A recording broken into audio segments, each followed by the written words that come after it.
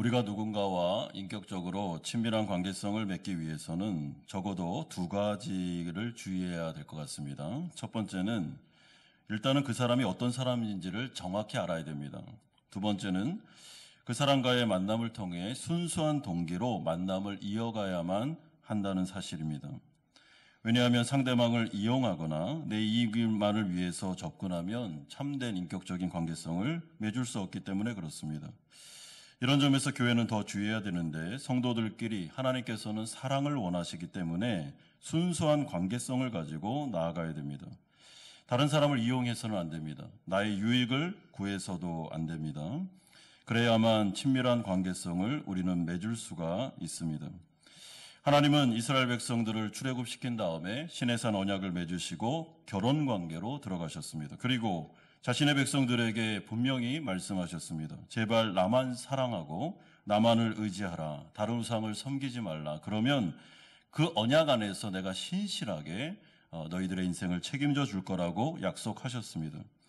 그리고 하나님은 이스라엘을 향해서 이 약속을 한결같이 지키셨습니다.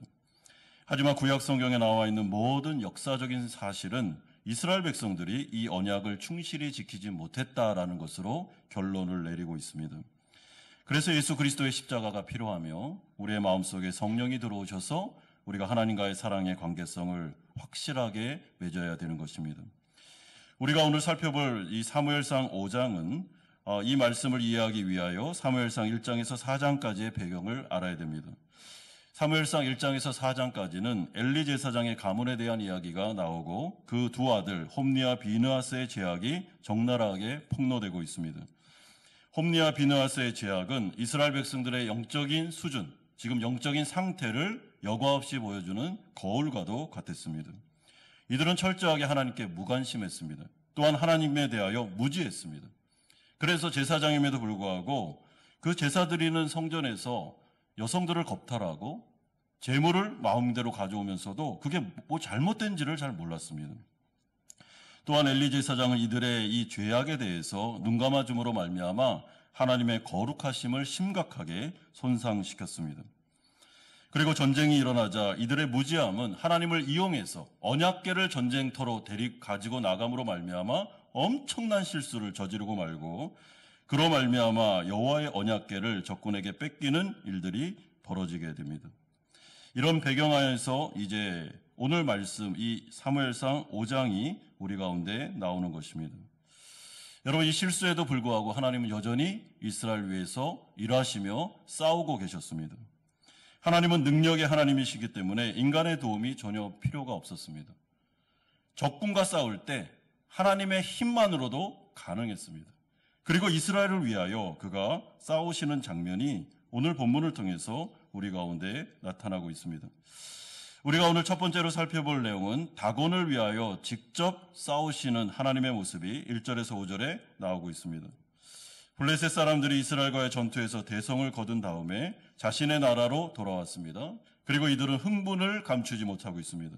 이스라엘의 신의 궤가 전쟁터로 들어왔지만 자신들의 다곤의 힘이 더 놀랐기 때문에 이스라엘 신 여호와를 이겼다라고 그들은 생각했습니다. 애굽을 물리치고 이스라엘을 구원했던 그 놀라운 여호와를 제압한 블레셋의 교만이 하늘을 찌르고 있습니다. 이에 이들은 승리에 도취되어 엄청난 실수를 저지르고 맙니다. 2절에 블레셋 사람들이 하나님의 궤를 가지고 다곤의 신전에 들어가서 다곤 곁에 두었다라고 말씀하고 있습니다. 여러분, 이것은 상징적인 행태로 여호와를 사로잡았다. 그래서 승리자인 다곤 발 앞에 여호와를 전리품으로 드린다라는 의미를 가지고 있습니다. 그럼 지금 블레셋 사람들은 자신들이 여호와와 싸워 이겼다고 착각을 하고 있습니다. 승리의 비결이 다곤의 전능하심이 때문에 있었다. 우리는 이제 두려울 게 없다라고 그들은 믿고 있었습니다. 하지만 이것을 하나님의 관점으로 잘 살펴보시면 문제는 완전히 심각해집니다. 왜냐하면 오늘 본문에 등장하는 하나님의 궤는 여호와의 임재를 상징하는 것입니다.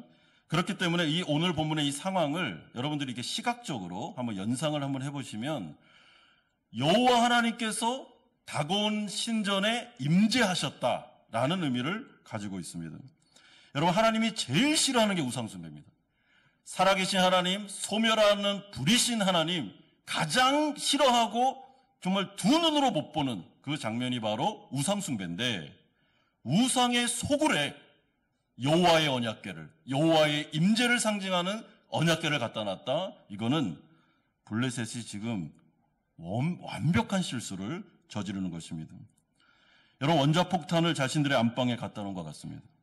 더구나 여호와의 궤가 블레셋 사람들의 손으로 넘어간 것은 블레셋 사람들이나 다곤의 능력을 통하여 이런 일이 벌어진 게 아닙니다. 오히려 하나님께서 이스라엘 백성들의 범죄로 인해서 이들을 블레셋 손에 넘겨주셨기 때문에 이 전쟁이 승리한 것처럼 보이는 것이지, 모든 것들을 주관하는 것은 다곤이 아니고 여호와 하나님이셨습니다. 여러분, 그 결과 여호와의 손이 다곤을 치기 시작합니다. 우리는 오늘 본문에서 여호와의 신이라는 표현이 무려 6절, 7절, 9절, 11절 반복하여 4번이나 등장하는 것을 주목하셔야 됩니다. 여러분, 여호와의 손이라는 것은 신인 동역론의 표현으로 하나님의 살아계심과 그의 전능하심을 보여주는 것입니다. 따라서 언약궤는 그분의 형상이 아니라 하나님의 임재와 살아 역사임을 말하기 때문에 이제부터 하나님께서 실제로 살아계셔서 역사하기 시작했습니다. 여러분, 그는 자신의 명예를 우상에게 주는 분이 아닙니다. 그러므로 이제부터 여호와의 오른손이 다곤을 치기 시작했는데, 그 결과 블레셋 사람들은 다곤이 여호와의 궤 앞에서 엎드려져 그 얼굴이 땅에 닿은 것을 확인하게 됩니다. 왜냐하면 하나님께서 다곤을 그냥 오른손을 그냥 내리쳐 버렸기 때문에 거꾸로 져서 무릎을 꿇어버린 것입니다. 이에 블레셋 사람들은 쓰러진 다곤을 다시 일으켜 세워줌으로써 사람의 손으로 일으켜주지 않으면 혼자 설 수도 없는 이 다곤의 모습을 우리에게 보여주고 있습니다. 여러분, 우상은 제가 지난번에 말씀드린 것처럼 허상입니다. 그러니까 인간이 넌 신이야 라고 의미를 부여해서 있는 것뿐이지 돌덩어리, 나무덩어리에 불과한 것입니다. 그러니까 다곤이 넘어지니까 못 일어나요, 스스로. 그래서 와가지고 제사장들이 또 그걸 막 세워줍니다. 세워주니까 겨우 일어나는 이 다곤의 모습. 이게 바로 사무엘상에서 보여주는 우상은 인간이 만들어낸 거다라는 것을 알려주고 있습니다. 그런데 이튿날에 또 일이 벌어졌습니다. 이번에는 다곤이 엎드려져 있을 뿐만 아니라 머리와 두 손목이 잘려져서 몸뚱이만 남겨져 있었습니다. 이틀 연속 이런 일이 일어난 것은 결코 우연이 아닙니다. 여러분, 다곤의 머리와 두 손목이 잘려져 나갔다라는 것은 여호와 하나님께서 다곤을 심판하셨다라는 것을 의미하고 있습니다.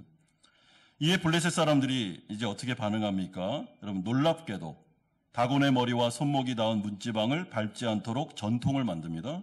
그런 다음에 계속해서 다곤을 섬기기로 다짐하고 있습니다.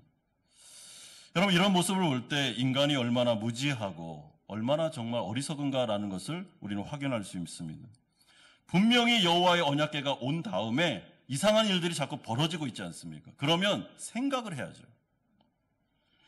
여호와 하나님께서 살아계시며 애굽에게 큰 일을 행하셨고 애굽에 있는 바로를 무찌르시고 이스라엘을 출애굽시킨 그에 대한 소문을 들었다면 이 블레셋 사람들은 분명히 이 부분에 대해서 토의해야 되며 경외감을 가져야 되며 두려움을 가져야 되는 것이 마땅합니다. 그러나 회개하기는커녕 계속 다곤을 섬기려 하고 있습니다. 여러분, 이렇게 블레셋 사람들이 하는 이유는 이들에게 필요한 신이 바로 주인 되시는 여호와가 아니라 자신들 마음대로 부려먹을 수 있는 다곤이었기 때문에 그런 것입니다. 그리고 이것은 아담과 하와에게서 비롯된 인간의 뿌리 깊은 죄성의 모습입니다. 여러분, 대부분 사람들의 종교관을 잘 보시면 기독교 외에 다른 많은 종교들이 있지 않습니까? 그 종교관은 신을 지극정성으로 섬기는 것처럼 보이지만은 사실은 그 중심에 신이 자신들을 위해 존재해 주기를 바라는 그런 지극전성이 들어 있습니다. 그러니까 그 신을 섬기는 게 아닙니다, 사실은. 이 신을 빙자해서 자기가 원하는 것들을 이루고 싶은 이제 탐심이라고 그러죠. 탐심과 욕망이 이렇게 우상으로 표출됐을 뿐이지 사실은 신을 섬기는 게 아니라 자기를 섬기는 것입니다. 그러니까 자꾸 신을 향해서 이렇게 말합니다. 내가 왕이니까 너는 내 말을 들어야 된다 라는 말을 아주 정중하게, 아주 종교적으로 표현할 뿐입니다. 그래서 사람들은 신을 찾되 성경에 나와 있는 기독교에서 말하는 여호와 하나님을 별로 좋아하지 않습니다. 왜냐하면 기독교에서 말하는 여호와 하나님은 다른 종교들이 말하는 우상들과는 다르게 내가 주인이다. 너희들은 나의 종이다. 그리고 이것을 인정해야 된다라고 주장하기 때문에 그런 것입니다. 그렇기 때문에 너희들 마음대로 나를 움직이는 게 아니라 내 뜻대로 너희들이 순종해야 된다. 이것이 바로 기독교의 바른 가치관이고 말씀의 요약입니다. 그러니까 아담과 하와도 그게 싫었고 그리고 그의 후예들인 인간들도 그게 싫은 것입니다. 누가 감히 내 인생을 이래라 저래라 하는 것이냐. 나는 내가 원하는 대로 살고 싶다. 아무리 하나님이라도 이 부분은 건들지 마라. 내 뜻대로 내가 원하는 대로 이루어지는 것이 나는 그게 종교라고 생각한다라고 말하고 있습니다. 그래서 고대 지역에 있는 모든 신들은 사실은 뭐 돈을 형상화한 것이라든지 아니면 다산, 안정, 행복, 인간이 추구하는 모든 욕망들을 다 형상화한 것에 불과함을 우리는 알 필요가 있습니다. 하지만 하나님은 그것을 원하지 않습니다. 여러분, 하나님이 원하시는 것은 인간의 진정한 행복은 하나님을 찾고 하나님의 뜻에 순종하며 하나님이 제시하신 길로 걸어갈 때, 하나님이 원하시는 길로 갈 때 인간은 행복할 수 있고 안전할 수 있으며 복을 누릴 수 있다라고 말씀합니다. 그래서 하나님과의 바른 관계가 떨어지는 순간 그것은 영벌을 말하는 것이고 그게 연결되는 것을 영생이다라고 말합니다. 따라서 우리가 하나님과의 바른 관계를 찾을 때 그때부터 비로소 인간은 인간다운 삶을 살아갈 수 있음을 기독교에서는 말씀하고 있습니다. 그래서 계속해서 하나님께 주도권을 넘기라고, 인생의 주도권을 우리가 갖고 있으면 굉장히 힘드니까, 인생을 살 수가 없으니까 인생의 주도권을 넘기라고 신앙 고백을 요청하는 것입니다. 성경은 분명히 하나님을 창조주로 내가 이용할 수 없는 분으로 말씀하고 계시하고 있습니다. 만약에 내가 충분히 이용할 수 있는 분이 하나님이라고 믿는다면 그것은 하나님을 가장한 우상에 불과할 것입니다. 그러므로 신명기는 계속해서 백성들에게 쉐마 이스라엘 들으라, 하나님의 말씀을 먼저 들어라, 이 말씀을 듣는 것이 사는 길이며 행복으로 가는 길이니 말씀대로 듣고 순종하기를 바란다라고 명령하고 계십니다. 사랑하는 성도 여러분, 이런 점에서 하나님은 우리의 왕이시며 또한 하나님은 자신의 주권을 우리에게 요구하고 계심을 우리는 꼭 기억할 필요가 있습니다. 두 번째는 이번에는 하나님께서 이스라엘 블레셋 사람들을 치시는 장면이 6절에서 12절까지 나오고 있습니다. 여러분 6절에 보시면 여호와의 손이 아스돗 사람에게 엄중히 더하사 독한 종기의 재앙으로 아스돗과 그 지역을 쳐서 망하게 한다라고 말씀하고 있습니다. 여기서 여호와의 손이 엄중히 더했다라는 그 표현 가운데 엄중히라는 이 단어는 히브리어로 카보드라는 단어인데, 이 카보드는 영광이라는 뜻입니다. 그러니까 이것을 달리 번역하면 아스돗 사람들에게 여호와의 임재와 여호와의 영광이 임했다라고 해석할 수 있습니다. 그 결과 우상 숭배자들, 블레셋 사람들 가운데 독한 종기가 퍼졌고 그 지역 전체가 망하게 되는 일이 벌어지게 됩니다. 마치 원자폭탄이 떨어진 것처럼 그 지역 전체가 초토화되고 말았습니다. 여러분, 이것은 소돔과 고모라의 재앙과 비슷합니다. 하지만 이들이 만약에 다곤이 무너지는 모습을 보면서 여호와 하나님 앞에 회개했다면 이런 일은 일어나지 않았을 겁니다. 그 사건에 집중했다면, 좀 생각했다면, 그래서 여호와 하나님이 살아있고 다곤은 이 살아있는 존재가 아니구나, 우리가 여태까지 헛것을 믿었구나 라고 했다면 이런 재앙은 당하지 않았겠죠.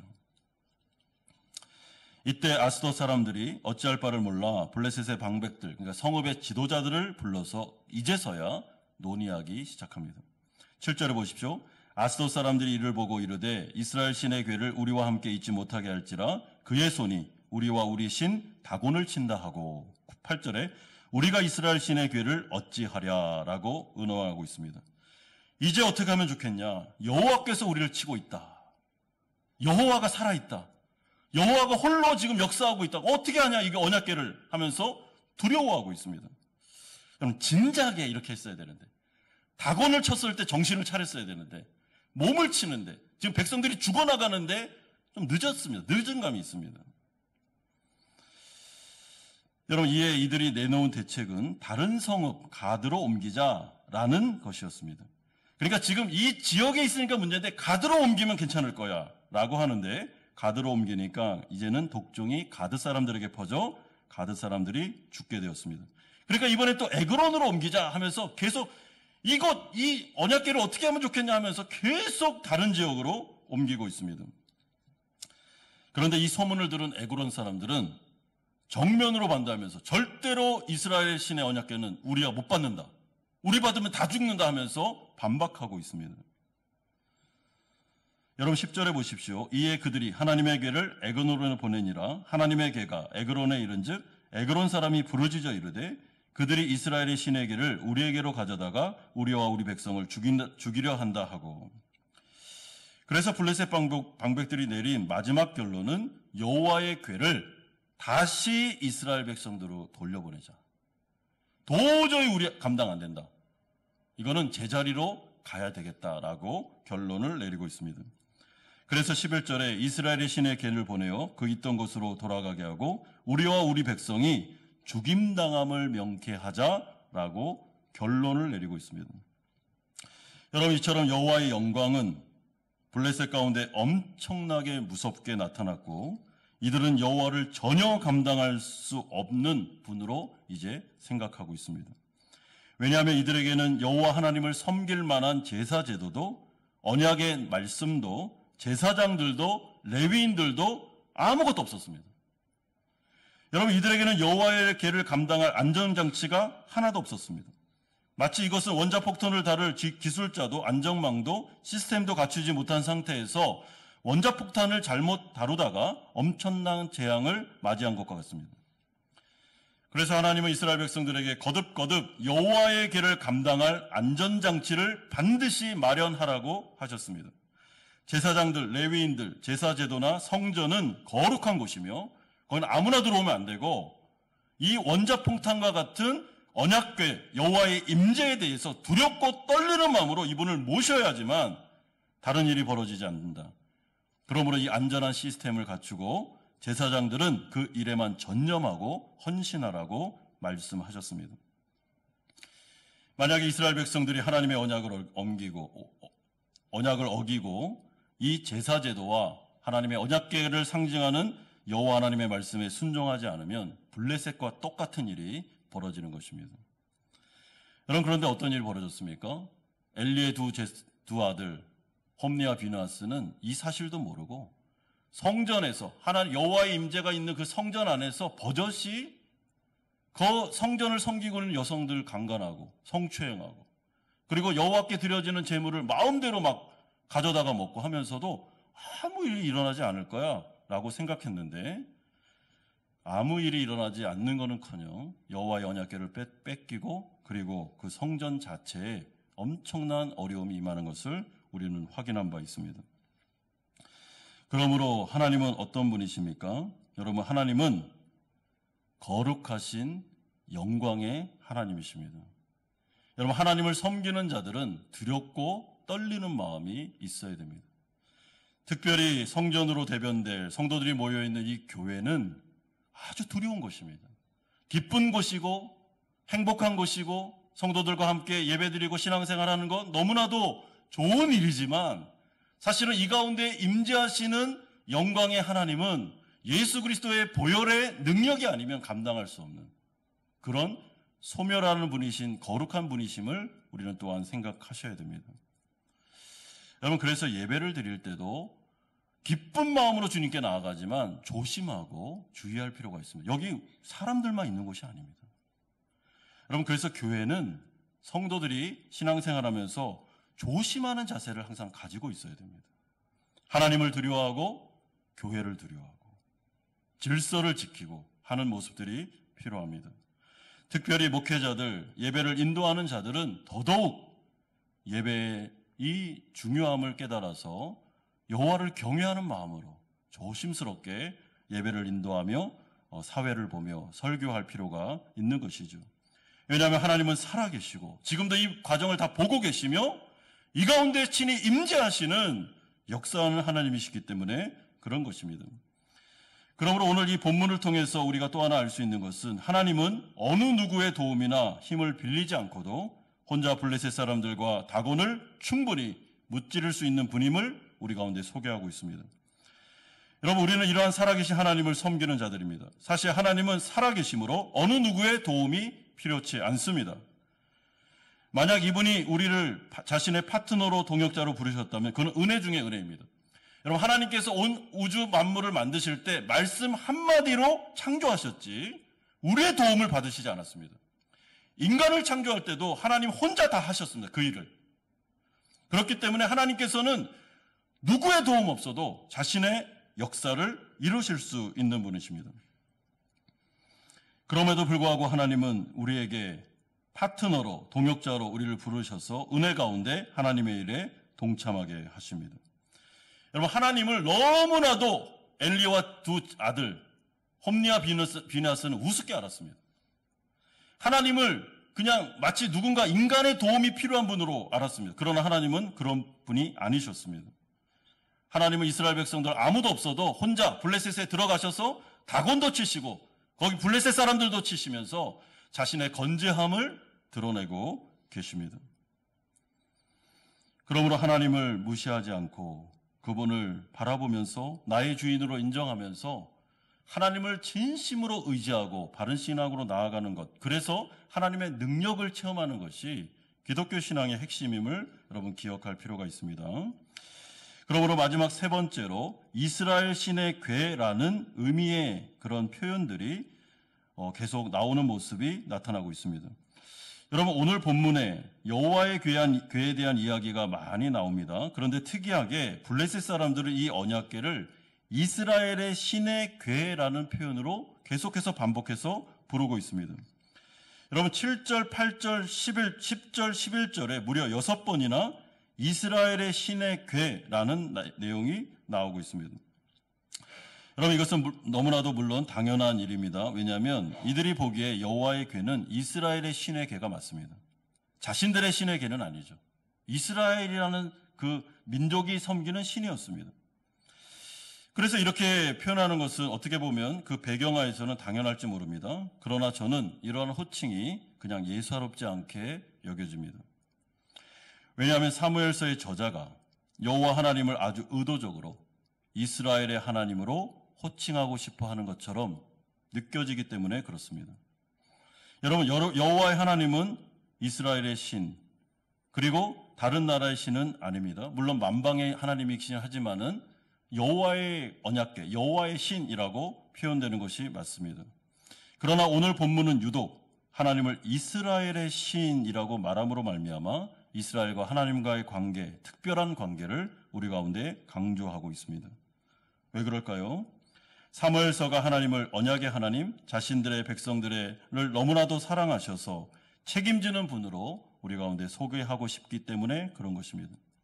따라서 오늘 본문에 나오는 하나님은 홀로 직접 블레셋과 싸우셔서 자신의 명예를 되찾아오시는 하나님이실 뿐만 아니라, 다시 말해 이스라엘 백성들을 버리고 떠나서 홀로 그 가운데 역사하여 승리를 쟁취하시는 것처럼 보이지만은 사실은 하나님은 이스라엘 백성들이 범죄했을 때 그들을 버린 게 아니라 그들을 징계하기는 했지만은 그들을 떠나셔서 이스라엘을 위해서 다시 블레셋과 싸우시는 이 모습을 우리 가운데 보여주고 있습니다. 이스라엘 백성들의 우상 숭배, 범죄로 인하여 여호와의 영광이 이들을 떠난 것처럼 보였지만 하나님은 이스라엘을 떠나지 않으셨습니다.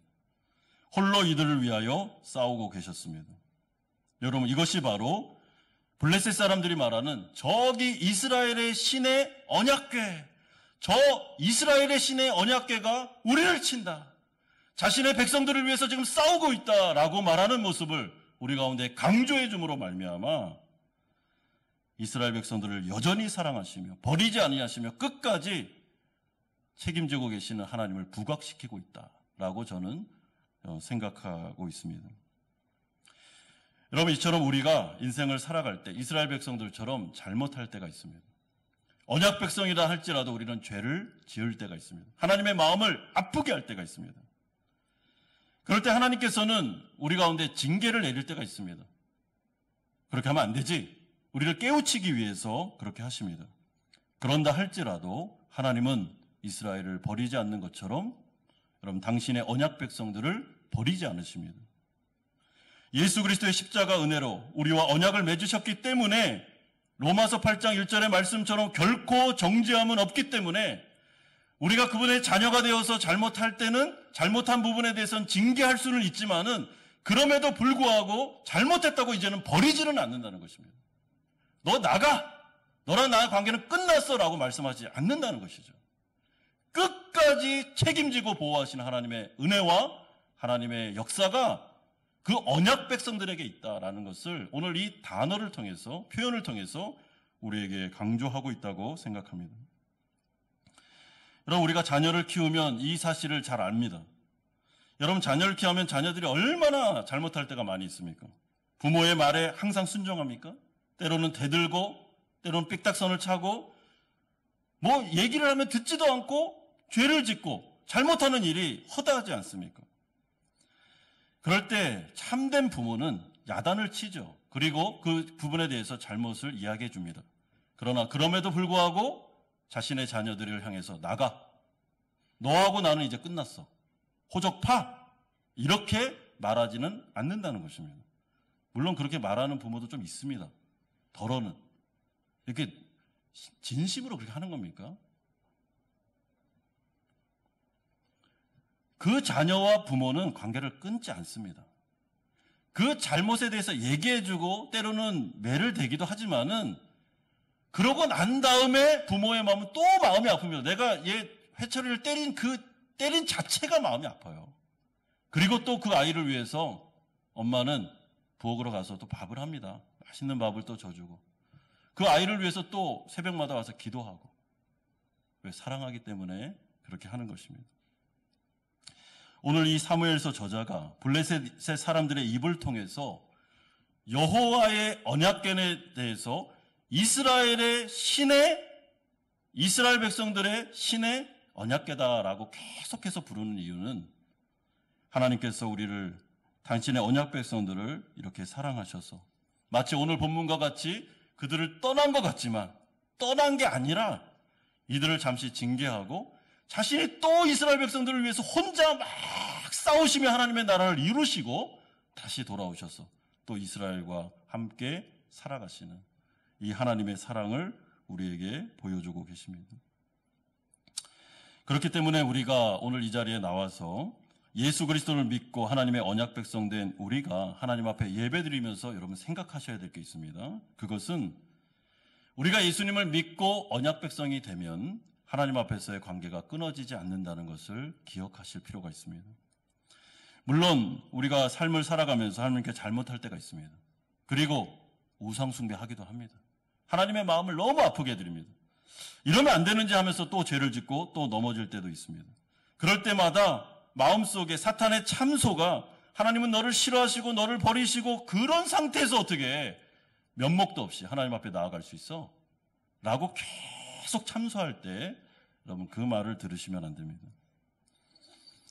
주 예수 그리스도의 십자가의 보혈을 의지하여 나는 여전히 하나님 앞에서 범죄할 수밖에 없는 죄인임에도 불구하고 오직 하나님의 은혜로 우리 가운데 구원을 베풀어 주신 하나님을 생각하면서 그럴 때일수록 더더욱 하나님께 나와 은혜의 보좌 앞으로 나와 나의 하나님, 나를 구원하신 그분 앞에 나와서 회개하고 다시 은혜를 구하고 하나님께서 나와 함께 해주심을 간구할 때 하나님께서는 그걸 다 받아주시고 우리를 향하여 자신의 역사를 이루시는 하나님을 의지하실 필요가 있습니다.